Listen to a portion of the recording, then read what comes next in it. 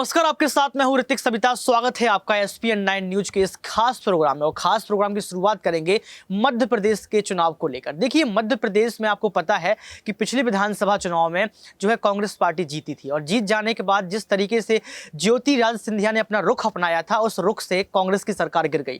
कांग्रेस की सरकार गिर जाने के बाद जिस तरीके से कांग्रेस की किरकिरी हुई, उसकी तस्वीरें आपने सामने से देखी। और ज्योतिरादित्य सिंधिया को भारतीय जनता पार्टी ने जो है उड्डयन मंत्री बना दिया। लेकिन सवाल यहीं नहीं रुकता है, सवाल ये खड़ा होता है कि उड्डयन मंत्री ही क्यों बनाया? आप मुख्यमंत्री बना सकते थे, क्योंकि आपकी तो सरकार आ गई थी। लेकिन सवाल यहां पर यह खड़ा होता है कि अब फिर से मध्य प्रदेश के जो है विधानसभा चुनाव आने वाले हैं। यहां पर कांग्रेस पूरी कोशिश कर रही है, इशारा कर रही है कि कहीं ना कहीं ज्योतिरादित्य सिंधिया जो है कांग्रेस पार्टी में वापसी कर जाए। फिर दो चेहरे आपको नजर आएंगे, पहला चेहरा कमलनाथ और दूसरा चेहरा आपको सिंधिया का। लेकिन अब यह सवाल उठता है कि कांग्रेस किसके चेहरे पर मध्य प्रदेश विधानसभा की पटकथा लगेगी, क्योंकि स्क्रिप्ट बहुत जरूरी होता है और स्क्रिप्ट के बिना चुनाव नहीं लड़ा जा सकता। क्यों? क्योंकि एक ऐसा चेहरा होता है जिस पर आप चुनाव लड़ सकते हैं और वो चेहरा आपको चुनाव जिता भी सकता है। देखिए, सिंधिया की हम लोग बात कर रहे हैं, और सिंधिया मध्य प्रदेश की जानी मानी हस्ती है, पहचान है, ग्वालियर उनका गढ़ है। और साथ में आपको पता होगा कि इतनी ताकत है कि वो विधायकों को अपने साथ ले भी जा सकते हैं और वापस लेकर भी आ सकते हैं। तो सवाल ये है कि आखिर इस बार कांग्रेस की रणनीति क्या होगी, कांग्रेस की स्ट्रेटेजी क्या होगी, और किस स्ट्रेटेजी में कमलनाथ या फिर सिंधिया के चेहरे पर चुनाव लड़ेगी। इस मुद्दे पर हमारे साथ बात करने के लिए मौजूद है राहुल। बहुत बहुत स्वागत है आप। धन्यवाद सर, आपसे सवाल ये रहेगा मेरा कि जिस तरीके से आपने देखा कि सिंधिया ने कांग्रेस की सरकार गिरा दी,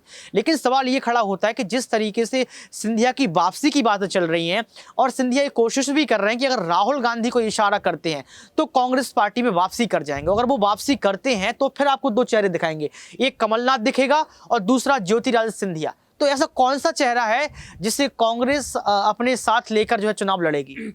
देखिए, सबसे बड़ी बात है कि कांग्रेस के लिए मध्य प्रदेश का चुनाव जीतना बहुत ज़्यादा ज़रूरी है, क्योंकि मध्य प्रदेश में कमलनाथ के अलावा कांग्रेस के पास कोई बड़ा चेहरा नहीं है। कांग्रेस अब नए लोगों को, युवाओं को जिम्मेदारी देने का मन बना रही है। देखिए, राहुल गांधी की भारत जोड़ो यात्रा जो मध्य प्रदेश अभी हाल ही में पहुंची थी, उसमें हमने देखा प्रियंका गांधी साथ में थी, रेहान वाड्रा साथ में थे, सचिन पायलट मौजूद थे, रॉबर्ट वाड्रा बाकायदा शामिल थे।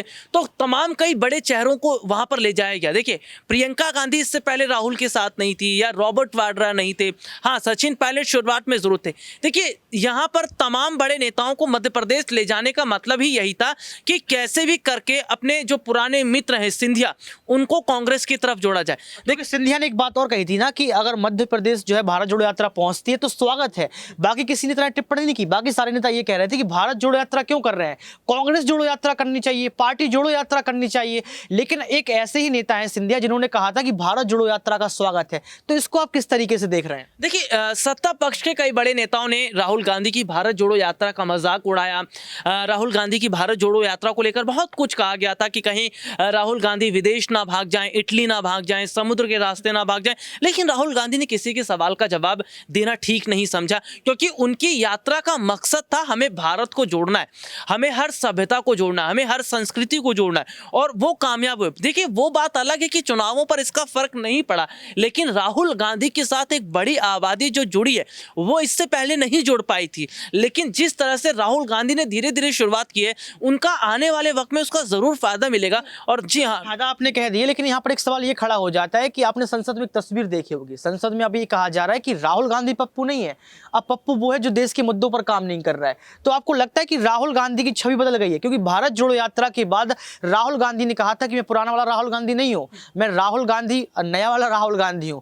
जिस तरीके से कि आपने तस्वीर देखी, दाढ़ी बड़ी बड़ी हो गई है, सड़क पर लगातार दौड़ रहे हैं, कोई राजनीति वाली ऐसी बात नहीं कर रहे हैं, लगातार जो है मुद्दों की बात कर रहे हैं और आंकड़ों की बात कर रहे हैं कि किस सरकार ने कितना काम किया, मैंने आपको क्या दिया, बीजेपी पार्टी ने क्या दी। तो आपको लगता है कि भारत जोड़ो यात्रा ने राहुल गांधी की तस्वीर बदल दी?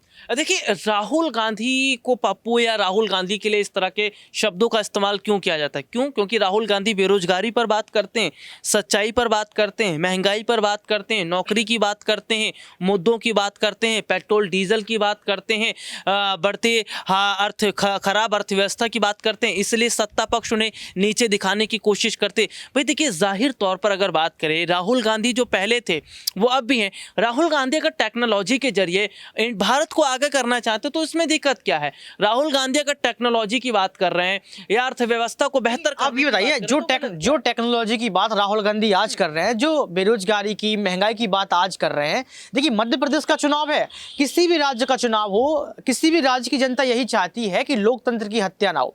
किसी भी राज्य की जनता यही चाहती है कि तमाम राजनीतिक पार्टियां मुद्दों पर बात करें। लेकिन आज राहुल गांधी जिस तरीके की बात कर रहे हैं, महंगाई और मुद्दों की बात कर रहे हैं, वो अगर पहले की होती तो शायद आज ये दशा और दिशा नहीं होती। तो आपको लगता है कहीं ना कहीं राहुल गांधी की छवि पर जो वो दिखाने की कोशिश कर रहे हैं वो फेक है? क्योंकि मुद्दों की बात तो पहले करना चाहिए, सरकार आपकी गिरती ही नहीं। देखिए, मुद्दों की बात कांग्रेस तब भी करती थी जब ये लोग सत्ता में थे। 70 साल इन लोगों ने राज किया, उस वक्त भी कांग्रेस पार्टी हर एक योजना लेकर आती थी, आज भी हर एक योजना पर काम कर रही है। ऐसा नहीं है कि कांग्रेस पार्टी ने सत्ता से बाहर आने के बाद काम ही नहीं किया। देखिए, अगर बात कर लेते हैं, अगर महंगाई की बात कर लेते हैं, डॉलर के मुकाबले रुपया गिर रहा है। देखिए, एक और जहां हमारी वित्त मंत्री निर्मला सीतारमण ये कहती हैं कि भाई रुपया कमजोर नहीं हो रहा है, डॉलर बढ़ रहा है। तो इसी तरह से हम देख रहे हैं कि आज सत्ता पक्ष से तमाम लोग जो है वो छुपाने की बात कर रहे हैं। मौरवी पुल का हादसा हो गया, क्या कहा गया? मौरवी पुल कमजोर नहीं था, लोगों की संख्या उस पर ज्यादा बढ़ गई है। तो इस तरीके की बातें जो सत्ता पक्ष के लोग आज कर रहे हैं, ये अपनी नाकामियों को छुपाने की बात कर रहे हैं। और रहा सवाल देखिए मध्य प्रदेश का,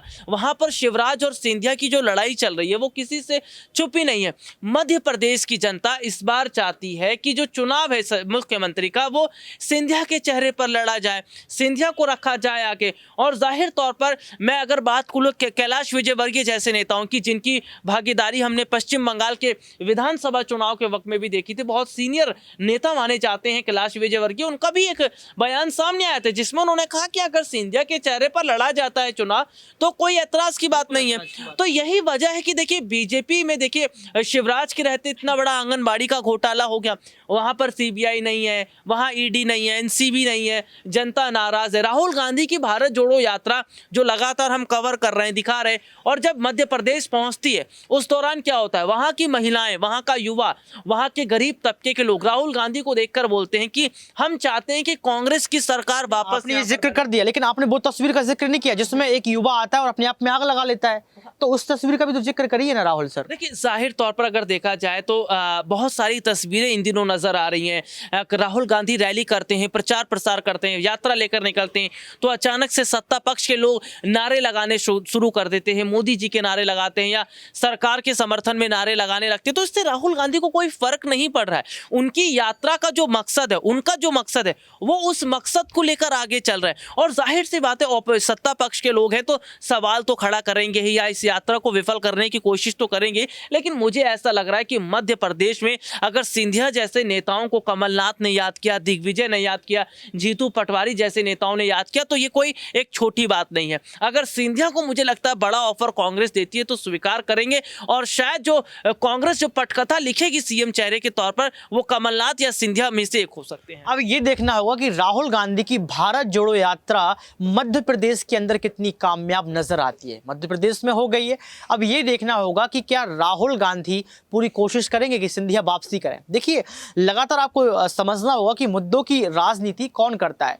आज राजनीति विशुद्ध राजनीति में तब्दील होती चली जा रही है। आज मुद्दों से ज्यादा जो है पठान मूवी पर चर्चा होती है, आज मुद्दों से ज्यादा भगवा की चर्चा होती है, आज चुनाव चिन्ह से ज्यादा रंगों की चर्चा होती है। और रंगों की राजनीति किस तरीके की आज देखी जा रही है वो आप समझ सकते हैं।